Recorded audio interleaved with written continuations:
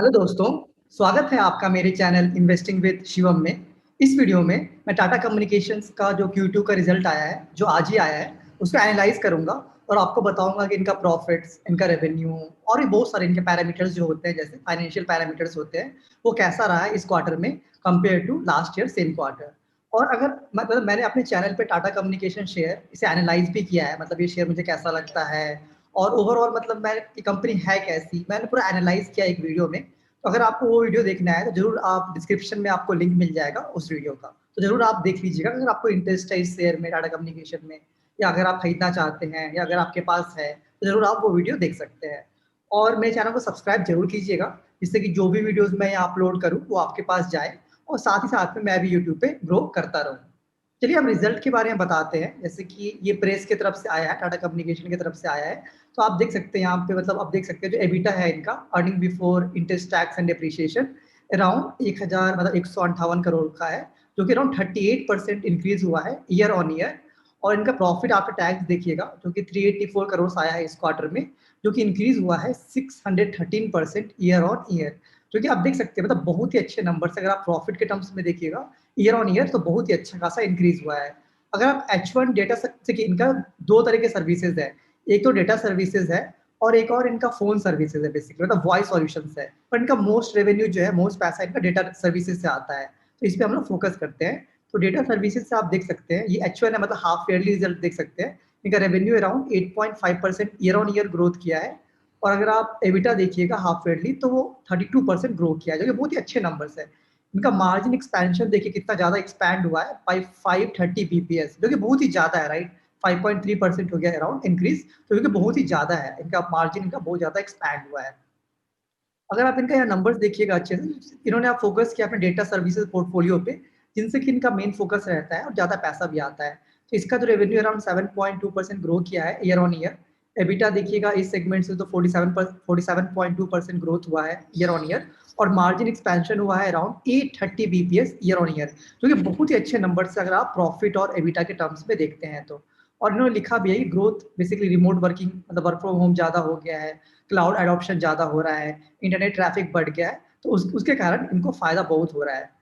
और फिर अगर हम ओवरऑल इनका देखिएगा, तो ये तो डेटा बिजनेस का था, डेटा सर्विसेज का। तो अगर ओवरऑल देखिएगा तो ओवरऑल रेवेन्यू 3.0% इंक्रीज हुआ है ईयर ऑन ईयर।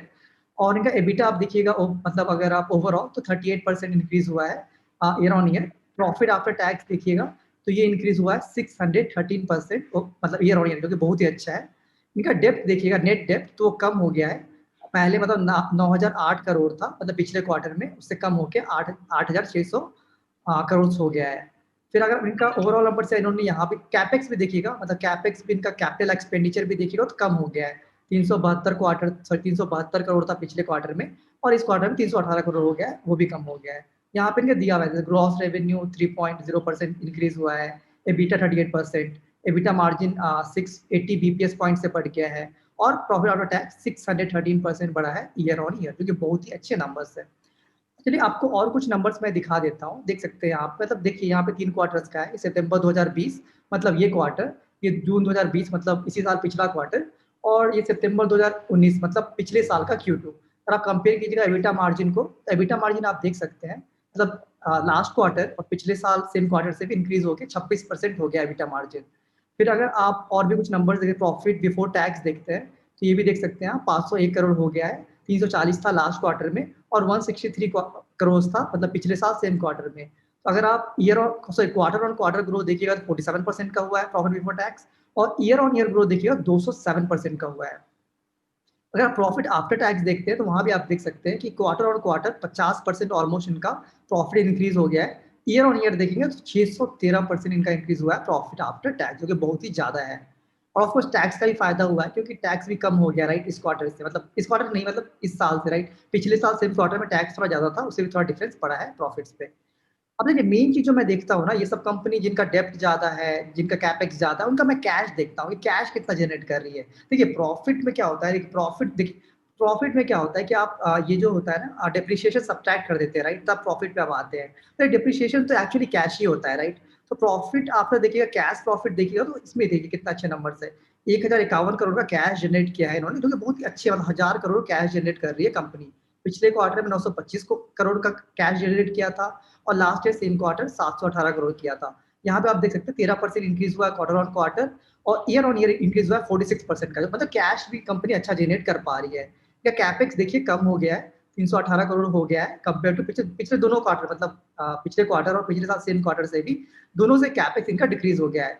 एक और चीज जो मुझे बहुत इंपॉर्टेंट लगती है इन बिजनेस में वो है फ्री कैश फ्लो, मतलब कितना कैश फ्लो, मतलब फ्री कैश फ्लो क्या होता है, कैश प्रॉफिट, मतलब बेसिकली अगर ये जो cash profit from operations minus capex आपको मिल जाता है फ्री कैश फ्लो।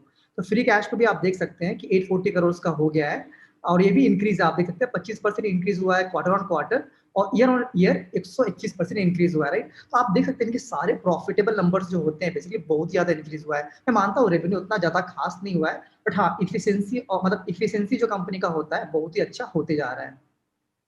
कुछ और नंबर्स मैंने देखा, जो रिटर्न ऑन कैपिटल एम्प्लॉयड जो है इनका 17% हो गया है कंपेयर टू 13% लास्ट क्वार्टर, जो कि बहुत ही अच्छा है। और टाटा कम्युनिकेशन का टारगेट है इस साल 20% करने का, तो मुझे लगता है कि सही डायरेक्शन में ये बढ़ रहे हैं। अगर इनका नेट डेब्ट टू एबिटा रेशियो देखिएगा तो बेसिकली बताती है कि इनका मतलब डेब्ट कितना है कंपेयर टू एबिटा, तो ये भी 2.3 हो गया है कंपेयर टू 2.6 लास्ट क्वार्टर, मतलब जितना कम हो ये उतना अच्छा होता है एक्चुअली। चलिए इनका वैल्यूएशन देख लेते हैं, क्योंकि वैल्यूएशन हमेशा इंपॉर्टेंट होता है जब भी कोई स्टॉक आप खरीदना चाहते हैं, राइट। अगर आप बेचना भी चाहते हैं तो मतलब वैल्यूएशन बहुत इंपॉर्टेंट होता है। तो मैं वैल्यूएशन टिपिकली क्या करता हूँ, मैं ईवी टू एबिटा देखता हूँ, फिर प्राइस टू अर्निंग भी देखता हूँ, प्राइस टू कैश प्रॉफिट भी देखता हूँ, ये सारे मतलब वैल्यूएशन पैरामीटर्स मैं देखता हूँ। अगर आप एबिटा देखिएगा इनका, तो earning before interest tax and depreciation, या देखिए यहाँ मैंने लिखा है नेक्स्ट 12 मंथ्स, ठीक है। मेरा कहने का अर्थ है कि मैं इस क्वार्टर को रेफरेंस ले रहा हूँ और मैं देखिए वैल्यूएशन में हमेशा आपको कुछ एज्यूम करना होता है। अगर आप फ्यूचर का वैल्यूएशन एज्यूम कर रहे हैं, मतलब अगर निकाल रहे हैं तो मैं एज्यूम कर रहा हूँ कि इनका जो एबिटा आया है इस क्वार्टर में 1158 करोड़ का, ये सस्टेन कर सकता है अगले 3 क्वार्टर में भी, ठीक है। इसलिए मैं नेक्स्ट 12 मंथ का ले रहा हूँ इस क्वार्टर को इंक्लूड करके।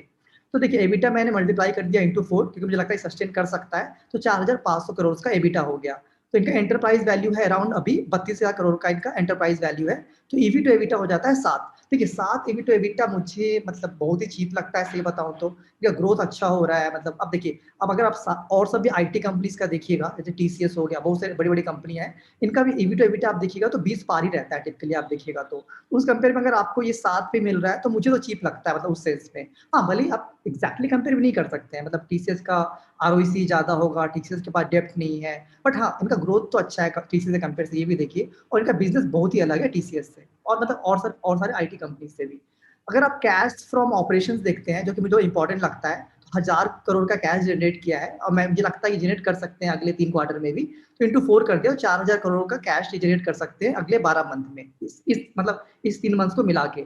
तो प्राइस बाई कैश प्रॉफिट हो जाता है 6, मतलब बेसिकली मैंने डिवाइड कर दिया, राइट। मतलब प्राइस से मतलब कैश प्रॉफिट पर शेयर हो जाता है जितना, उसको डिवाइड कर दिया है मैंने, तो 6 का आया है। तो बहुत चीप है, right. Price to cash profit बस 6 पे आपको, मतलब बस 6 टाइम्स आपको पे करना पड़ रहा है, राइट। और बेसिकली बिजनेस होता क्या है, मतलब स्टॉक आप बाई करते हैं तो बेसिकली कैश प्रॉफिट्स के लिए आप बाई करते हैं, राइट। कितना कैश प्रॉफिट्स मतलब आ रहा है। और अगर अगर आप प्राइस टू अर्निंग देखते हैं कम नेक्स्ट 12 मंथ्स, मैं मतलब मैं एज्यूम कर रहा है कि जो प्रॉफिट आफ्टर टैक्स हुआ है इस क्वार्टर वो सेम रहेगा अगले 3 मंथ में, अगले 3 क्वार्टर में भी। तो प्राइस टू अर्निंग बस 17 का आता है, मतलब बहुत ही चीप लगता है 17 पे, ये मतलब इतनी अच्छी कंपनी आपको 17 के प्राइस टू अर्निंग पे मिल रही है। तो इवन आप अगर आप कोई भी आईटी कंपनी देख ले, सारे आप 30 के प्राइस टू अर्निंग पे चली गई है, राइट। तो यहाँ पे 17, तो बहुत ही मतलब चीप लगता है उसे। अगर आप लास्ट 12 मंथ्स की वैल्यूएशन देखेंगे, मतलब लास्ट 12 मंथ्स का मतलब है कि इस क्वार्टर को इंक्लूड कर लीजिए और इसके पिछले 3 क्वार्टर को इंक्लूड कर लीजिए, तो एबी टू एबिटा अराउंड 8.56 का हो जाता है, जो कि उतना भी डिफरेंस नहीं है, राइट। 7 और 8.56 में। हाँ प्राइस टू अर्निंग में बहुत डिफरेंस आता है, अराउंड प्राइस टू अर्निंग 60 हो जाता है, जो कि अगर आप कोई भी स्क्रीनर वेबसाइट ये सब देखेंगे तो वहाँ प्राइस टू अर्निंग आपको 60 बताएगा, तो वो बेसिकली नेक्स्ट लास्ट 12 मंथ्स का प्राइस टू अर्निंग बताता है। तो हाँ अगर आप मतलब लास्ट 12 मंथ्स का देखिएगा तो आपको लगेगा कि हाँ स्टॉक बहुत महंगा है, प्राइस टू अर्निंग 60 पे। बट मैं टिपिकली स्टॉक्स में फ्यूचर को देखता हूँ, ना कि पास्ट को देखने का फायदा नहीं है। और पास्ट में इनका एक क्वार्टर में इनका एक एक्सेप्शनल आइटम्स भी था, उससे प्राइस टू अर्निंग थोड़ा कम हो गया है, बट हाँ कैश प्रॉफिट पे उतना फर्क नहीं पड़ा है। और मतलब इस स्टॉक के लिए इतना ही। और मतलब अगर आपको क्वेश्चन हो मतलब इसके क्वार्टरली रिजल्ट से या कोई भी क्वेश्चन हो इस स्टॉक से रिलेटेड, तो जरूर आप मुझे कमेंट सेक्शन में बता सकते हैं। और मुझे इनका जो रिजल्ट है इस क्वार्टर का बहुत ही अच्छा लगता है। और मतलब देखता हूँ स्टॉक प्राइस इनका कैसा चलता है, मतलब जैसे आज तो इनका स्टॉक प्राइस अपर सर्किट में था, अराउंड 5% के अपर सर्किट पे था। तो देखते हैं मंडे से इनका मतलब बेसिकली मुझे रिजल्ट अच्छा लग रहा है, तो देखते हैं इनका स्टॉक प्राइस पे भी मतलब लोगों को लगता है, मतलब और सब लोगों को मतलब ओवरऑल मार्केट को क्या लगता है इसके बारे में वो दिख जाएगा, मतलब स्टॉक प्राइस में टिपिकली मंडे से लेके। तो इस वीडियो में इतना ही, धन्यवाद।